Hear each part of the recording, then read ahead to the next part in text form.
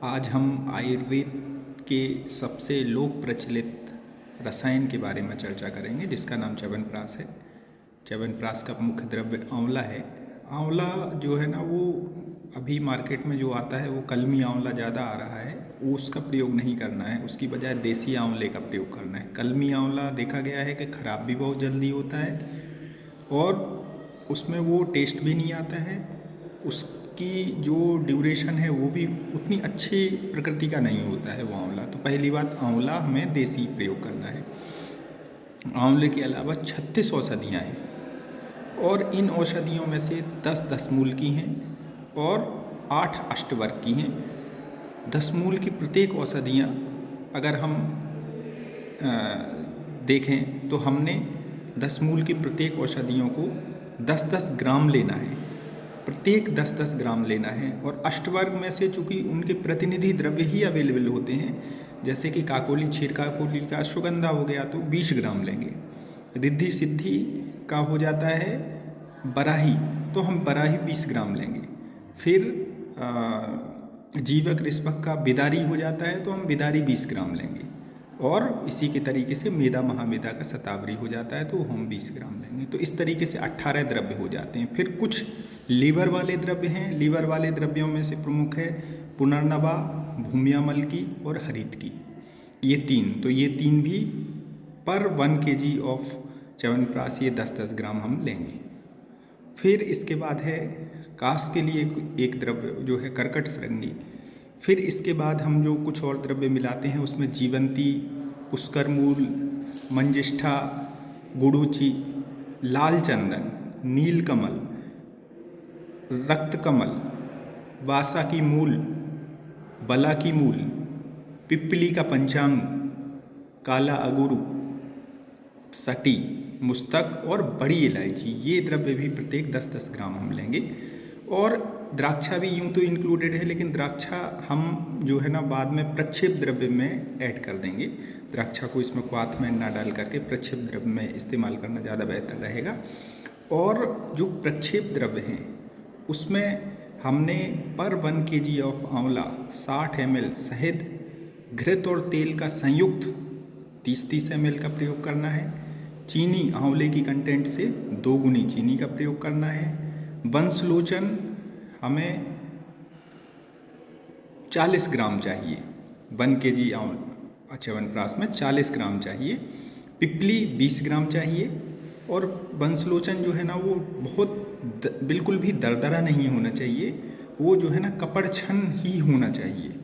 तो बंसलोचन में विशेष ध्यान रखें, एक बार मिक्सर में चलाने से नहीं निकलता है, 2-3 बार कम से कम मिक्सर में चलाना पड़ेगा, तब वो जो है ना इतना फाइन बंसलोचन निकलता है, उसका प्रयोग कर सकते हैं। फिर त्वग, एला, पत्र और केसर, इनकी मात्रा प्रत्येक 10-10 ग्राम। तो इसको जो है ना 1 kg आंवला, उसमें हम 60 ml शहद मिलाते हैं और इस प्रकार से जो है ना इनके सारे जो इंग्रेडिएंट हैं उनकी एक संक्षेप में रूपरेखा हो जाती है।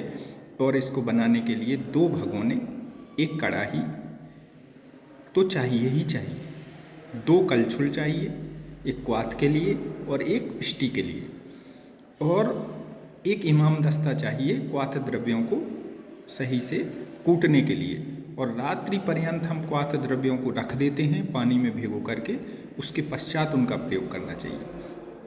अगर ये सारे द्रव्य हम 50-50 ग्राम लेते हैं, क्वाथ द्रव्य जितने 37 हैं, 36 हैं क्वाथ द्रव्य और आंवला अलग से, तो उसके लिए हम 50 ग्राम यदि लेते हैं तो हमें आंवला चाहिए होता है 500 आंवले के पीसेस चाहिए होते हैं। अगर क्वाथ द्रव्य 36 हैं जो वो सारे 50 ग्राम हैं, तो आंवला 500 क्वांटिटी में चाहिए, 500 आंवले चाहिए। 500 आंवले का मतलब लगभग 6 किलो हो जाता है, 5 से 6 किलो की मात्रा निकलती है उसकी। तो इतना आंवला चाहिए, 50-50 ग्राम ये द्रव्य हो जाएंगे सारे।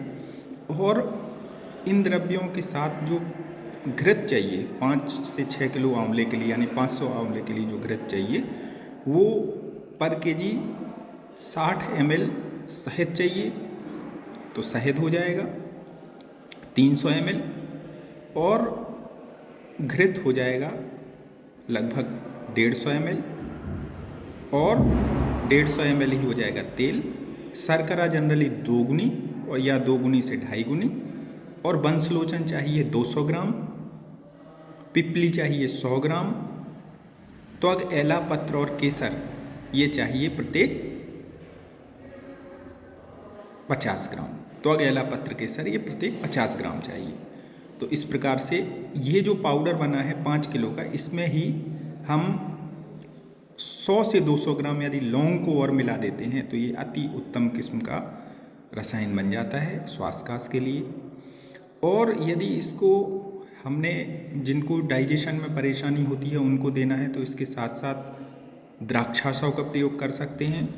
कैल्शियम की यदि बच्चों में यदि इसका प्रयोग कराना है तो हम मुक्ता सुक्ति, मुक्ता पिष्टी और ख़ास तौर पर श्रृंग भस्म, जो मृग श्रृंग भस्म है उसके साथ हमें प्रयोग कराना चाहिए इसका। उसके साथ हम द्राक्षाशव दे सकते हैं। इस प्रकार से च्यवनप्राश एक अति उत्तम किस्म का रसायन बन जाता है। और इसमें एक और इम्पॉर्टेंट बात है कि यदि हमें स्वर्ण और रजत मिलाना है तो अलग अलग ना मिला करके दोनों को पहले एक साथ ही दोनों को घोंटना चाहिए और दोनों को एक साथ बनाना चाहिए, और तभी जब हम इस प्रकार से बनाते हैं तो वो स्वर्ण भस्म अच्छी बनती है। उसको च्यवनप्राश में जो है ना हम प्रयोग कर सकते हैं। तो वो जो है ना हम प्रयोग कर सकते हैं, मतलब दोनों को अलग अलग ना घोंट करके एक साथ घोंटना चाहिए। पहले दोनों को एक साथ घोंट लें, फिर उसके बाद प्रयोग करें, उसमें मिक्स करें, तो उसकी पोटेंसी च्यवनप्राश की अच्छी बनती है, उसमें स्वर्ण और रजत के गुण आते हैं। धन्यवाद।